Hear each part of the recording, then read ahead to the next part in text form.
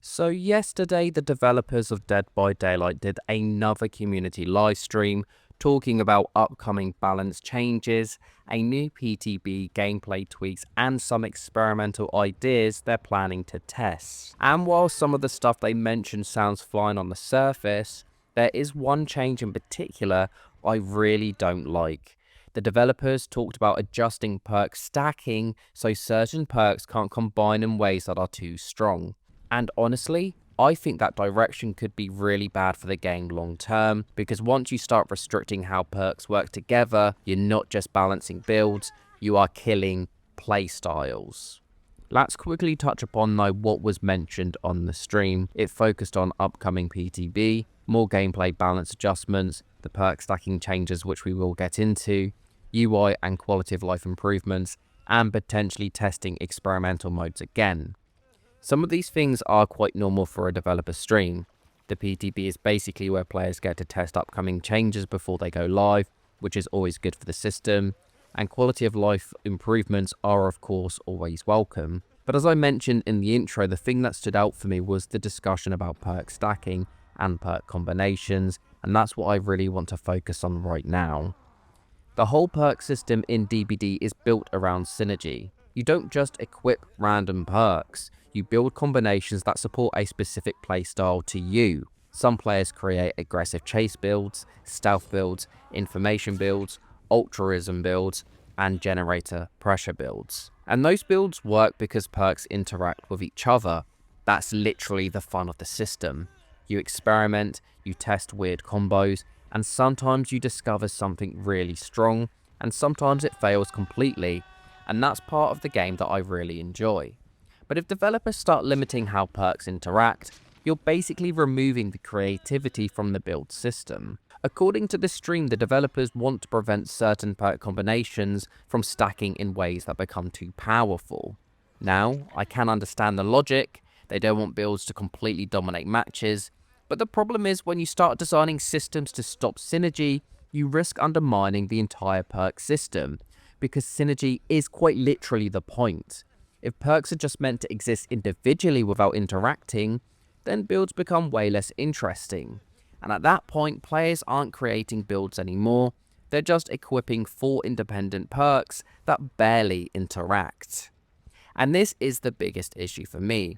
Changes like this don't just nerf builds, they erase entire playstyles. A lot of unique builds only work because certain perks stack their effects together, and if those interactions disappear, entire ways of playing the game disappear too.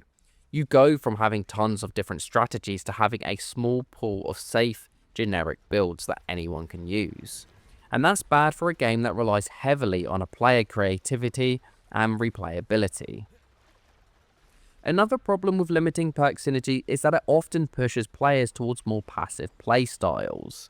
When specialist builds stop working, players default to the most reliable perks available, and we've seen that happen before in Dead by Daylight. Instead of creative builds, you end up seeing the same perks over and over again, matches become predictable more than they are now, and the meta becomes stale. Experimentation will basically disappear. The weird part for me is that this change isn't something, in my opinion, the game desperately needs right now. There are so many other areas the developers could focus on. For example, older killers that need updates, map balance issues, how many times have we brought that up?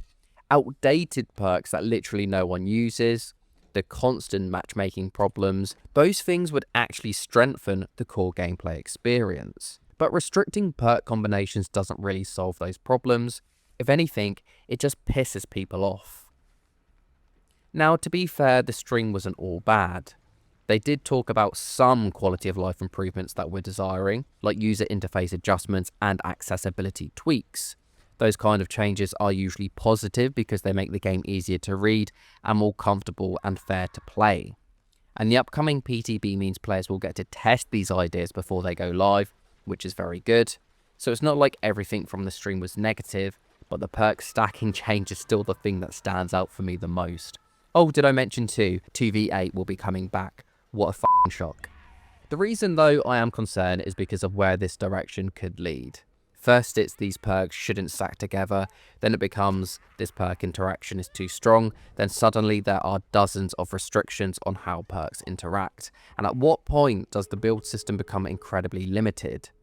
Honestly, if we keep moving in that direction, the developers may as well just randomize our perks every match, because if players can't freely design their own builds, the entire perk system loses its purpose altogether.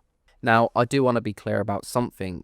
I'm not saying broken perk builds should exist forever. If something is completely game breaking, then yeah, sure, fair enough, it should be adjusted. But the best way to fix that is usually by balancing individual perks, not by restricting how players combine them. Because once you start limiting synergy, you take away the freedom players have to create their own playstyles, and that is something I really hope the developers do not lose sight of. That is, though, simply my opinion.